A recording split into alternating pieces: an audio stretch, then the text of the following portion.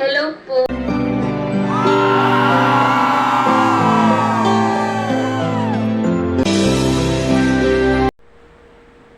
So ayan. Apo kayo dyan. Dito naman po ako. Welcome po sa aking YouTube channel, Randy Channel. Paki-subscribe, like, and share, and comment dito sa aking video upload. Okay? At hayaan nyo muna batiin ko kayo ng magandang umaga, magandang tanghali, magandang gabi sa inyo lahat. Sana po nasa mabuti kayong kalagayan at malayo sa karamdaman. Lalo-lalo mga OFW natin sa abroad. Musta po kayo dyan?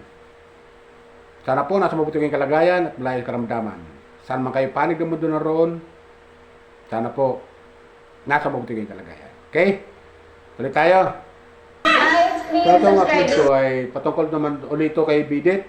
Kasi talagang ito si Bidit, kapwa ko viewers. Ayaw talaga tantanan. Ayaw tantanan ng mga reaktor na hindi ko malaman kung talagang naiinggit lang sila kay Bidit. What? O talagang masyadong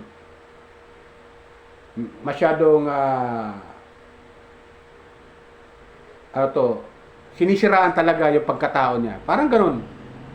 Hindi ko lang sila maintindihan. Bakit ayaw nang tigilan to si Midit? Na wala namang ginagawang kasalanan sa kanila. Aww.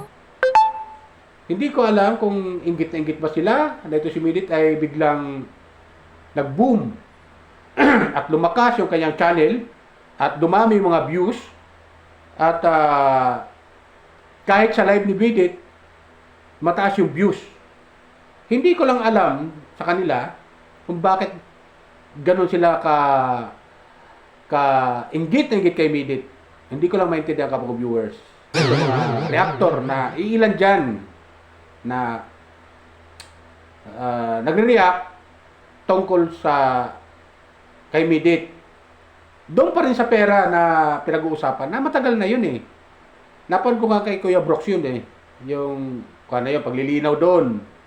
Yung paglilinaw nila na yung pera nga ni Perla na nalikom sa mga sponsor na ay umabot nga ng 85,000 at natanggap ni Kuya Brooks na 85,000. So tugma na doon eh. Wala na doon eh. Okay na, di ba? Tugma na eh. So doon pa lang makikita natin na walang kasalanan si Midit. Wala sa pinanghahawakan, wala sang nahawakan ni Singgunduling doon. Pero Hello po. ito, kapo viewers, napad ko ulit yung isang reactor sa kanya. Hindi ko lang sasabihin pangalan itong reactor na to ha. Kasi talagang grabe yung galit ata nito kay Midit eh. Sa kabila ng kanyang subscriber na malaki, pero ang kanyang mga viewers umaabot lang ng 15K. Yung iba umaabot ng 7K, yung iba. Pero yung kanyang subscriber malaki. So wala sa wala sa kalahati man lang. Wala sa kalahati. Pero kay Midit 8 hours pa lang, 10 hours pa lang, umaabot na ng 15K, umaabot na ng 18K, hanggang 23K. Oh. So, ganoon talaga ka lakas itong si Midit pagdating sa mga views. Dahil, bakit mo, kapag viewers, sinusuportahan siya ng mga viewers. Dahil itong si Midit, wala nga kasalanan. At puro paninira lang yung paratang sa kanya. Walang katotohanan. Tsaka matagal na yun eh. Yung pera na yun, kapag viewers eh. Matagal na yun eh. Yung dandit pa yun eh. Ilang buwan na ba si Midit wala sa Kalingap? Kapwa ko viewers. Ilang buwan na ba? Hindi pa rin matapos-tapos yung problema na yan. Di ba? Labis pa rin yung kanilang paninira pa rin kay Midit. At parang, parang binubuhay nila yung matagal ng panahon. O, di ba? Ilang buwan na yan. Matagal na. Di ba kapwa ko viewers? Mga supporter ni Midit, mga viewers ng Kalingap, na mga silent viewers. Welcome po kayo sa aking YouTube channel. Please subscribe, like, and share, comment. Di ba? Ayaw lang tigilan yung bata. Ilang beses ko inulit-ulit ito, paulit-ulit ko sinasabi. Hindi ba sila natutuwa na itong si Midit ay tumutulong na sa kababayan natin, na ilang kababayan natin na nangangailangan, kahit malasamlit na paraan? Di ba? At nilinaw naman ni Kuya Brooks na yun eh, yung 85,000, tama naman eh, yung binigay ni Perla, 85,000. Natanggap ni Kuya Brooks, 85,000. So, nag-match, sabi ni Kuya Brooks. Nag-match. So, doon, kung sasabihin nila si Midit eh, may nakuha pera doon, wala. Kasi tama yung binigay na Perla, na pinadala ni Perla, at saka yung 85,000 na tanggap ni Kuya Brooks mula kay Perla, ay pareho, 85. Na yun sa kanya, nag-match. So, ano pa ang problema nila doon, di ba? Ba't ayaw lang tigilan yun si Midit? What? Naigit kaya sila dahil may si Midit, may kalab team na at lalong dumami yung mga supporter ni Midit dahil may kalab team na si Midit at yung Jamlet Love Team nga at ito nga sa katauhan ni James. Sobrang inggit talaga nila kay Midit eh. Grabe. Gusto talaga lang hatakin to si Midit pababa talaga eh. Gusto lang hatakin pababa. Ayaw lang pasikatin si Midit. Ayaw lang pasikatin yung Jamlet Love Team. Yan nakikita ko talagang kuan dito eh. Ayaw lang pasikatin yung Jamlet Love Team. Gusto nilang sila lang ang sumikat. Sila lang ang takilikan ng marami mga viewers. Doon sila nagkamali. Kapag viewers, di ba? Doon sila nagkamali. Huwag naman tayong ganun. Huwag tayong ganun. Kasi si Midit, si Bunso Midit, wala namang ginagawa sa kanila. Di ba? Nagpaalam naman kay Kalingap Rab na umalis sa Kalingap na maayos. At pinayagan naman ni Kalingap Rab. So ano pang problema nila, di ba? Kapo viewers? Bakit nila sisiraan si Midit ang ganon? Please subscribe. Ito nga nakakapagtaka dun eh. Nung napapansin na ito si Midit ay may kalab team na, di ba? At ito nga si James, yung Jamlet Love Team nga, aba, biglang lumabas yung 367,000 kuno. Nakisyo, nakuha daw ni Midit ito, naibigay daw sa kanya ito. O, di ba? Biglang lumabas yun eh. Kaya doon natin makikita yung ano to eh, yung bottom line eh. Na kung alin si Midit ay sumisikat na at dumadami yung followers, dumadami yung subscriber at dumataas yung views ng kanilang love team ni James, ay ito. Biglang lumabas yung 367,000. What? Nakisyo, natanggap daw ni Midit. Ayon sa sa ibang tumatanggap ng sa admin ni Midit na bago, naipakita na i-live ni Kayabal na 5,000 lang pala ang tanggap ni Midit. Nasa yung sobra. Di ba? Ito inuulit-ulit ko lang to palagi sa kanila. Kasi nga, ayaw lang tigilan si Midit hanggang ngayon. Dahil dyan sa 367,000, tapos plus yung 85,000. Na akala natin, na mga viewers, akala talaga natin, napunta kay Midit yun. Yung pala, ginamit pala sa birthday party ni Kalingap Dan. Naubos pala yun sa birthday party ni Kalingap Dan. Hindi pala napunta kay Midit. Natural si Midit, kalab team ni Kalingap Dan, ay makikikain doon. Natural, makikain siya ron. Kalab team siya doon eh. Na yung tao naman, ito si Midit, nagmamalasakit lang. Kung pwede sana, isa sa mag-organize doon. So nakikita ko doon, isa sa mag-organize. Pero hindi lang pinagbigyan na mag-organize. Bagkus, parang nangyari, siniraan pa. Di ba ganun yun, kapwa viewers? Siniraan pa.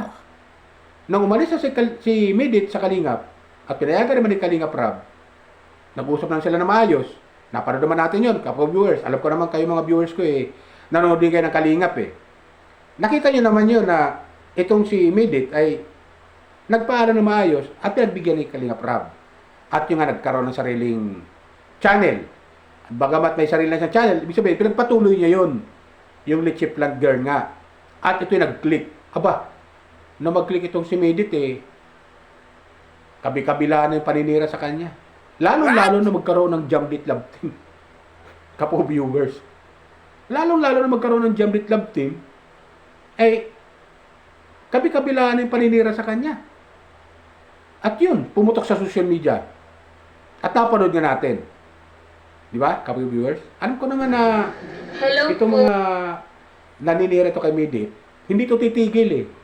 Hindi to titigil kapo viewers, itong mga naninira kay Midit. Ilan lang yan, ng mga reactor dyan, ng mga inggit na inggit kay Midit. Hindi yan titigil hanggat napapabagsak si Midit. Pero kung sila nagkakamali, mga kapo viewers, mas lalong dumadami yung sympathizer ni Midit. Di ba? Lalong dumadami yung mga sympathizer ni Midit. Kaya itong ilan dyan napapanood kong mga vlogger na naninira kay Midit, para sa akin eh, wala silang kwenta. Hindi sila marunong makipagkapwa-tao para sa akin. Kasi bakit kamo? Kapos na yun eh. Wala na si Midit sa Kalingap. May sarili na si Midit sa Kalingap, may sarili na si Midit community. Dapat, suportahan na lang natin, kapo viewers, si Midit. Guys, please subscribe. Suportahan lang natin yung Lichip Lang Girl ni Midit, yung channel niya. Kung hindi pa ka nakapag-subscribe, subscribe lang kayo doon. At panoorin natin, huwag tayo mag-skip ng ad. Down din yung Jamlit Love Team kasi si Midit may ka-love team na, di ba? Kapo viewers. So, ano pang kanila problema nila, di ba? Ano kaya problema nila? Bakit ganun na lang ang paninira kala kay Midit? Ayaw ba nila na mag-click itong Jamlit Love Team? Ayaw ba nila na tangkilikin itong Jamlit Love Team? Ganun ba yun? Kasi bakit kamo? Nakikita ko dyan? Kung bakit ayaw nilang tangkilikin itong Jamlit Love Team? Para sila lang ang tangkilikin. Yung kailangang sinusuportahan ng mga love team. Huwag ganun. Huwag ganun, kapwa viewers. Lahat tayo sumusuporta sa love team ng Kalingap. Aaminin ko sa inyo, nanonood ako ng love team ng Kalingap. Oh. Oh, kay Midit, pagbabawalan yung mga kapwa ko viewers na manood sa Jamlit Love Team. Huwag ganun. Kasi yung ginagawa ninyo, parang lumalabas tuloy na ayaw niyong payagan itong mga viewers na tangkilikin itong Jamlit Love Team. Ayaw niyong payagan na itong si Midit panoorin ng mga supporter ng Kalingap. Di ba? Eh kami mga viewers, mga kol, simple lang naman kami. Kung nasaan nakita namin na maganda at masaya kami, doon kami nanonood. Ganon din sa Kalingap, Love Team. Pinanonood namin. Sa totoo lang, meron kami mga paborito dyan sa Jamlit Love, sa Kalingap na mga Love Team. May mga paborito kami. Ako, inaamin ko sa inyo yan. Meron akong paborito din dyan. At hindi mawawala sa akin. Palagi ako nanonood niyan. Sa pamamagitan man lang niya, makatulong ako at di ako nag-skip ng ad. Ganoon din kay Midit, sa Lichip Lang Girl, sa live niya, nanonood ako sa kanya. At sa pamamagitan man lang niyan, ay hindi ako mag-skip ng ad. Guys, please Kasi pag subscribe. live, wala gano'ng advertisement eh. After noon, saka ako nanonood, may advertisement na yon. So, dagdag, kahit pa paano yun, kay Bunso Midit. So, ganoon dapat tayo. Isipin natin lagi kung paano tayo makatulong sa kapwa. Dahil si Midit, yung kanyang kinikita naman, kahit pa paano, kahit maliit lang kinikita niya, ay nagagawa pa niya tumulong sa iba.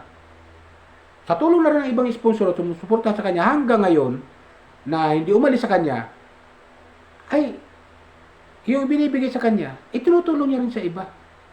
Wow! Di ba ganun yun, kapwa viewers? Dapat yan, dapat natutularan natin. Yung mga katulad ni Midit. Suportahan natin yung kanya mga live at saka yung kanyang Lichip Lang Girl. Porque ba naman tumataas yung views ng tao eh, hahatakin natin pababa. Kung ano-ano mga pinagsasabi natin sa social media. Huwag ganon, huwag ganon. Tapos na yun, kapwa viewers. Di ba? Comment lang kayo kung tama siya sabi ko. Kawawa naman si Bunso Midit. Wala namang ginagawa sa kanila. Di ba? Di ko lubos maisip kung ba't ganyan sila eh. Na hanggang ngayon ay tigilan. Kaya pag napapanood ko yung mga vlog nila, kasi dumadaan nga dito sa aking channel, ayun. Napapanood ko sila kung ano mga pinagsasabi nila. Nakisyo daw ito si Midit eh. May nakompera doon sa 367,000. Nakisyo daw, nasa kanya, kay Midit daw. Malaking kalukuhan yun, kapwa viewers, di ba? Malaking kalukuhan yun eh. Na wala naman palang nakuha si Millet na 367,000. Bagkus, napanood ko kay Kuya Bal, ayon sa kanya yung source, ang naibigay lang pala kay Millet ay 5,000. O, di ba? Wow! O, nasa yung sobra nun? Saan napunta? E di sa ilan dyan, na dating kasama ni Millet sa, nung nasa Kalinga pa siya, yung sa Dandip Lab team pa siya. Hindi napunta doon. Hindi natin alam kung sino doon. To doon lang hanapin yun. Huwag kay Millet. Huwag like ipagsiksikan kay Millet. Yung kasalanan na hindi naman nakakuha ni Millet. Di ba? Iyo, katulad yan, 85,000. Oh, nilinaw ni Kuya Brooks. Napanood ko si Kuya Brooks. Natama naman yung binigyan ni Perla kasi ito si Perla, napanood ko rin na yun nga, kasi pinapartangan na Kisyo may nakuha doon sa pera na yun. Sabi ni Perla, wala siya ni 5 duling dyan nakuha. Bagkus, nakalikom siya, umabot ng 85,000 para sa birthday ni Dan. At ipinadala niya kay Kuya Brooks. Ipinadala niya sa asawa niya at yung asawa ni Perla, ipinadala kay Kuya Brooks. At tama naman, 85,000 ang kay Kuya Brooks. Nag-match. So, wala ni 5 duling doon si Millet. Di ba, kapwa viewers? So, itong mga reactor talaga, hindi natin makukanto kapwa viewers eh. Hindi natin sila kaya pigilan kasi nasa social media tayo. Yan lang masasabi ko, dapat tantanan nila si Millet. Huwag naman ganun. Kawawa naman yung tao, kawawa naman yung bata. Baka naman ma-stress, lalo't estudyante yan. Di ba? Dapat, suportahan lang natin si Millet, suportahan lang natin. Okay? Wow! Yan lang po sa aking kapwa viewers. Baka meron pang hindi nakapag-subscribe dyan sa aking YouTube channel, Randy Channel. Paki-subscribe lang po, like and share and comment din sa aking video upload. Hindi po kalimutan, makiusap lang po ako, maglalambing lang po. Baka pwede, huwag po kayo mag-skip ng ad kasi may mga advertisement na po yung aking mga video upload. Okay? Yan lang po. Bye! Ingat po tayo lagi. Magpalain po tayo ng pumay kapal.